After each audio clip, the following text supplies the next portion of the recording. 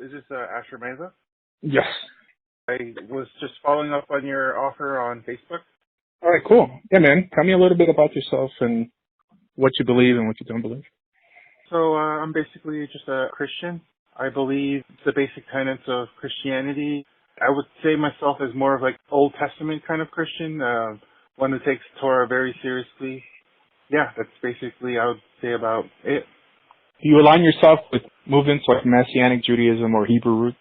I don't, but I see them as valid. I don't see them as a problem as many Jews see them. I see them as basically what I would hope that more Christians would become like. People who took the Old Testament as seriously as Messianic Jews do. Mm-hmm. Now, I'm not a Christian. I don't believe in Jesus, Yeshua in any way. I believe he was a good person. The portions in the New Testament that I see contradict what appears in Tanakh and what Christians call the Old Testament, I really believe were added in by the church. I don't think Jesus, as an Israelite of his day, would have said or done anything contrary to Jewish law. But that being said, I don't believe he's God or the Messiah. I'm just a traditional Orthodox Jew. I've seen you on a radio show arguing Dennis Prager's line of thought that we need to take the Torah to the world. I come more from that background. I think the Torah is for everybody, regardless of your theology, so long as the Torah is supreme and the document that you root your values from. I come more from that angle. I'm definitely a big fan of Dennis Prager. I was one of the founders of Prager University when I used to live in Israel. I was their first web developer. I volunteered my services to get it off the ground.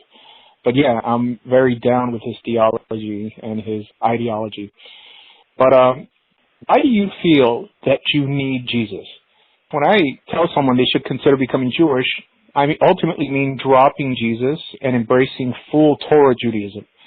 However, if I could get them at least to come to Torah with Jesus, I'll take that as well. But why do you feel that you need Jesus?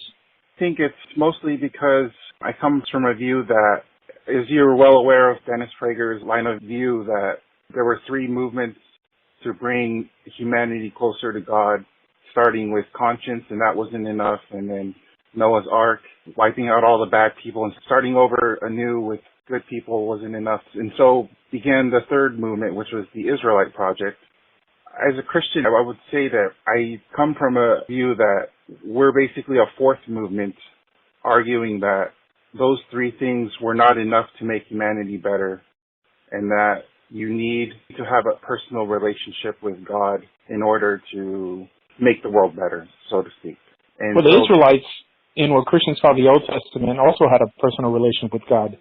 And if you just go through the books of Psalms, David there speaks like a common day evangelical. In other words, to love God, to feel that he cares about you and is involved in your life is not a Christian concept. It's a Jewish concept, a Torah concept. Right.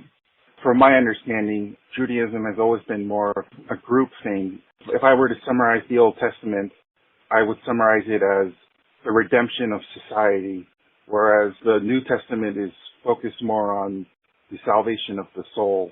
I think that's where we probably differ theologically, is the thinking that redeeming people's souls is probably going to help to make a better society. I do agree with your analysis. I mean, Christianity for sure focuses on the soul, because the Jewish Bible doesn't. The Hebrew Scriptures focuses on the here and now. Any mention of salvation or even destruction in the Hebrew Bible speaks of an earthly salvation and an earthly destruction. The question is, does the Torah, which is the basis of both Judaism and Christianity, does that require us or even mention the notion of an afterlife or a soul that needs saving, particularly from hell? And if it doesn't mention it, then Christianity has broken away to such an extent that it contradicted the Torah because it's adding new requirements to please God, i.e. being saved by the blood of Jesus in order to redeem or save your soul. I would simply say that where I find my salvation as a Christian is the belief that there's a God that works in history and that this God helped Christianity take the Old Testament and the Ten Commandments to the world, and I think that there's something to that. I understand that the Jews were not able to do much of that from persecution throughout the ages. I think it's using the Christian vehicle that God used to take the Ten Commandments and the Torah to the world, that there's something divine there. I acknowledge that. The rabbis, like the Rambam, have also made that point, that God himself used not just Christianity, but even Islam to civilize the world with biblical values. However, we see throughout history that both Christianity and Islam, they have times of peace and success and prosperity, and then they revert back to almost a primitive way of thinking and behaving. And it's because their philosophy catches up with them. And we see this, that Christianity is civilized for a certain period, and then they fall twice as far, and then they come back. And this is what we're seeing with Islam nowadays with the rise of ISIS and all these militant groups. It's almost like their turn to be primitive again, just like it was Christianity's turn during the Inquisition and such. Sometimes less is more, and I think this is the case we're dealing with here. That sometimes it's better to just go back to the source, because there is a hierarchy in Scripture. The 5 books of Moses is the will of God personified. We know what God expects from us because he spoke it to over 3 million Israelites on Mount Sinai. Now, Christianity claims to be a fulfillment of that. In other words, they don't claim they have some new revelation, but they claim to be the fulfillment of the old revelation. It puts the responsibility on us to go back to the Torah, because mind you, in the time of Jesus or even Paul, there was no New Testament, and see if their claim is correct. If the Torah does allude to some new messenger or some progression in its revelation, that's for us to see through study. But I've discussed with many Christians, and the most they can do, at least with the 5 books of Moses, is point to maybe 1 or 2 verses who they think foreshadow the coming of Jesus. It makes it hard to believe that God in some way would throw away the playbook and begin anew. In other words, in the Old Testament, in the Jewish Bible, we see the Almighty punishing the Israelites for behaving badly, for not keeping his law, but suddenly he's going to bring in a new religion that eradicates the need for that law in order to please God. It just seems like it has a different author. However, you don't have to hate Christianity to elevate Torah. That's not my method of teaching. I don't bash Christians just for bashing Christians. I elevate Torah, and I let the pieces fall wherever they happen to fall. But in the vast majority of cases, it's Christians converting to Judaism and not the other way around. So I welcome you to also become a member of Israel, because Israel is not a people like the French and the Irish Arab people. It's more of a philosophy. It's a way of thinking, and it's a people united by belief. And you could easily become a member of that people and become an inheritor of all the blessings in the Torah. It's not limited to blood in any way. God keeps his promises, and he promised Israel that as long as Israel is keeping his commandments, they'll live a richer, fuller life validated by God. And you could do that too. It deals with the here and now, and it doesn't focus on an afterlife. If the Almighty wanted us to focus so much on the world to come, whether that's reward or punishment, he would have mentioned something in the Bible, the Hebrew scriptures about it. And he doesn't. And this is really what's giving rise to these radical movements in Islam. People who become too heavenly good that they're no earthly good. In other words, it's all about the afterlife. But the Torah, not even Tanakh, mentions an afterlife. Now, I believe in an afterlife. It's a personal belief. So I think for God to be just, there would have to be another realm for him to reward the good and punish the evil, because this life is just too short. Doesn't it say that in Torah that Abraham was gathered to his kin? Right. And no one knows what that means. It says that he died, he was gathered to his fathers, and then he was buried. And that's referenced by Jesus about the bosom of Abraham, that there's an idea, at least in Judaism, that that's where we go. Wherever Abraham was, wherever he was gathered to, there in some way we'll also be gathered to. But that's not really giving a depiction. If anything, that narrative could have been cultural. that understanding. There is no actual validation of a heaven or a hell anywhere in the Hebrew Scriptures. Right. Gehenna doesn't mean hell, and Sheol doesn't mean hell. But for some reason, you have a new religion based solely on the salvation of your soul, in some way saving it from an eternal punishment, an eternal hell, and according to the book of Revelations, even an eternal burning lake of fire. So I'm just out of curiosity, do you think you can do more good bringing people to Israel to be part of that people? Or do you think taking the Torah and, so to speak, Judaizing Christianity, you could do more good that way? As long as you rely on the New Testament, your philosophy will eventually end up catching up with you.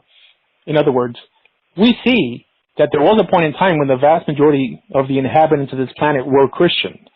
And they didn't behave so nicely, especially with each other, with Catholics persecuting Protestants, and so on and so forth. Now, these people you probably wouldn't classify as Christians. But to say that the whole world adhering to the 27 books of the New Testament would in some way cause a utopian society to occur, it's been tried. In other words, Christianity could only take you so far ethically. In itself is almost like a death cult. In other words, every Christian is pretty much just counting their days till they're with Jesus. They've lost focus of this planet. I think it hinders your thinking if someone just lives with the hope of dying. You know what I mean? Yeah. Now, I believe this just in faith. There wasn't a time when the whole world was Jewish. But being that Torah is the foundation of both Christianity and Islam, and Jews, as much as they've strayed from Torah, never behaved how nations behaved under Islam and Christianity, I think that I put my money with Judaism in terms of further civilizing this world than continuing the failed policies of Christian and Muslim nations. Okay. That makes a lot of sense. But realistically, seeing that it's unlikely that Christians will abandon Christianity for Judaism, they're more likely to abandon it for secular, leftist, progressive atheism. Do you think that there's something we can do there that lets them have their philosophy? So basically the way that I see the Israelites, I see the Israelites is an example of God choosing a people and that people sharing the blessings of being a chosen people.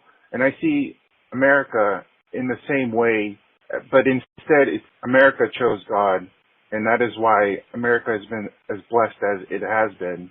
And I see the covenant, it doesn't just have to be God with the people, it could also be a people with God. And so I kind of think that America proving to be the exception to history, that there's still a chance that Christianity can be Judaized to a point where a lot of the things that you've seen in the past can be mitigated or not as much of an issue. What do you think of that? I think it's a misconception to think that the Jews are the chosen people. I would call them the appointed people, because if you read the narrative straight through, Abraham chose God more than God ever chose Abraham. In other words, we see God speaking out to Abraham, but the idea is that he speaks like that to anyone who's willing to listen. The difference is that Abraham was willing to listen and pick up from where he was and go to where God wanted him to be. And that's what made him special. But if God just would have blindly chosen Abraham, why did he test him so much? Right. He tested him because it was Abraham ultimately choosing God. And we have this idea in Judaism that someone could be born of Jewish parents, but if they don't keep God's instructions, the Torah says they will be cut off from my people. And then we also have the idea of people coming in. In other words, this washes out the whole idea that the Jewish people are flesh and blood and that God in some way has special affection for ethnic Jews apart from how they behave and what they believe in. So, right. I believe that. I believe because I think it says in Exodus that you are to be not an Am Kadosh, but to be a Goy Kadosh. A Goy Kadosh, right. Yeah, right. People based around ideas.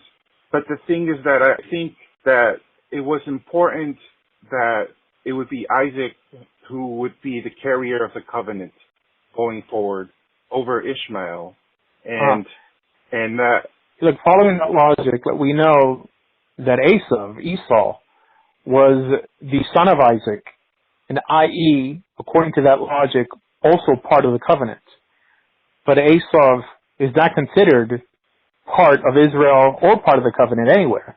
In other words, out of Esau comes Amalek, comes Edom. It was ultimately about belief. Although it began with a tribe, it was never God's intention for it to remain with just that tribe. And this is what's mentioned in the promise to Abraham. It says, from you, all the families of the earth will be blessed. He gives an example that Abraham's descendants, philosophical descendants as well, would be numbered like the stars in the sky and the sands of the seashore. It's God's will that the whole world would worship Him properly. And how does one worship God properly? By keeping His commandments. And becoming Israel is part of those commandments. Circumcision and building up the people of Israel, that is keeping commandments. You can't keep commandments properly without becoming Israel. Because there's really nothing different between a Jew and a Gentile, with the exception that the Jew keeps Torah and identifies with the people of Israel. That's it.